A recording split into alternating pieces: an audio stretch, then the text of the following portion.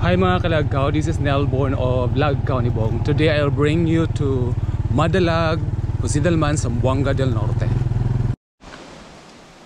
Ang lugar nga atong lagkawon karon was known as Secret Paradise of Pandanan or Pandanan Secret Paradise. We'll find out nga gitawag siya Secret Paradise na siya sa kuan sa dagat ra. I'm on my way down, gikan sa taas padung sa ubos. Ang lugar dayon dito nga side kay simentado siya pero naputol siya during pandemic until now di gihapon, pero na makasulod gihapon ang motor. Ang ako na notice diri sa Secret Paradise, Pandanan Secret Paradise is na sila structure similar sa Tabon Beach. Kaning nga structure this one similar siya sa Tabon Beach. Kaning naabay mga foundation bitaw dayon, tapos ang purpose nila diri kay patungan sila ang mga bangka para nyigtaog dili siya maanod. Okay, so mula bayra ta diha dayon nasa sila'y connection diri na na ay power na ay electricity kani nga linya dayon madto ko dito nga side kay dito nga side though daghan ang tao dito pero diri sa nga side kay anak kaniyot diri nga side facing the sea, and kaniyot diri nga side kay dili kayo siya igo sa balod, whereas kung dito ka kay medyo balod diri nga area diha kana dili siya baluron. Pagsakayan sa koron dayon adto na ano kuan dito katong sana gusto kay kanang bata nilangoy na siya atong tan-awon sa nasa ilalom. Basta daghan daw ring salawaki or tuyom. We'll find out kung sa kadaghan ang tuyom o salawaki. At last, nadoon na gid ako sa agar-agar gid siya. Atong tan-awon ang agar-agar daghan kay diri. Dayon sa ilalom sa dagat, mas nindot sa ilalom sa dagat. Daghan ka makita sa ilalom sa dagat. Mas dalom siya diri.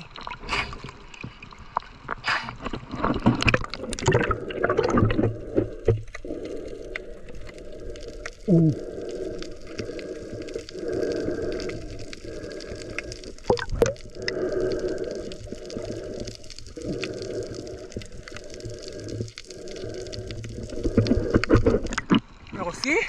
Hindi ito ang agar-agar kadaghan.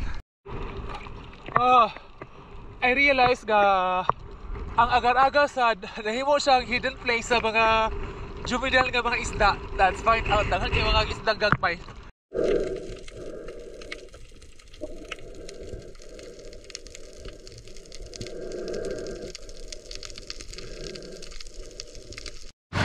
Kaya, ini bunga. Gigi pagkuan mo. Suka, weed, mga lamas ni. Okay. Tilawan na ito yung tayom. Pagbalik, ka na suka ba? Suka. Oh, gamay lang. Isa, susubuhan mong back up. Layog din ka. Lupa din na yung kuhan. Lupa lang yung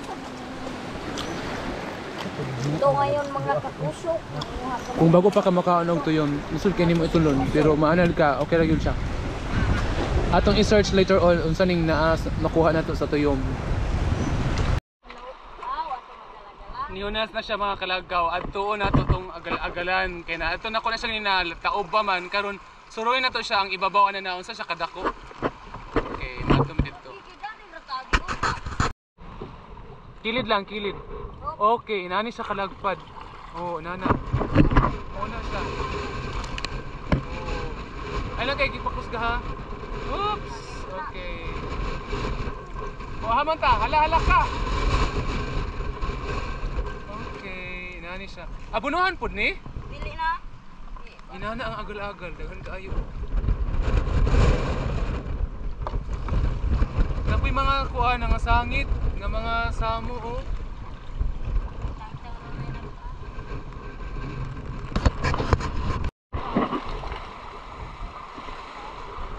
Nindot ang view tanawon diri.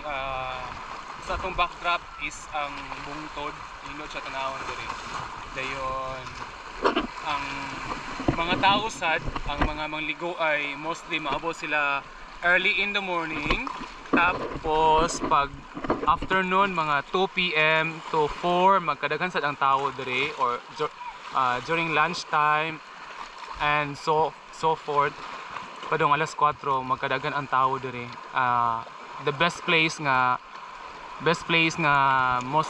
mostly piknikan sa mga tao is katong dito nga side katong padong gyud sa entrada gyud sa beach mismo sa paubos gikan sa taas dayon kaning diri nga side kay naa siya kaning talisay nga kahoy nga dagko. Kung summer nindot siya pasilungan so mao nang daghan ang mga ligo mamunta dinhi.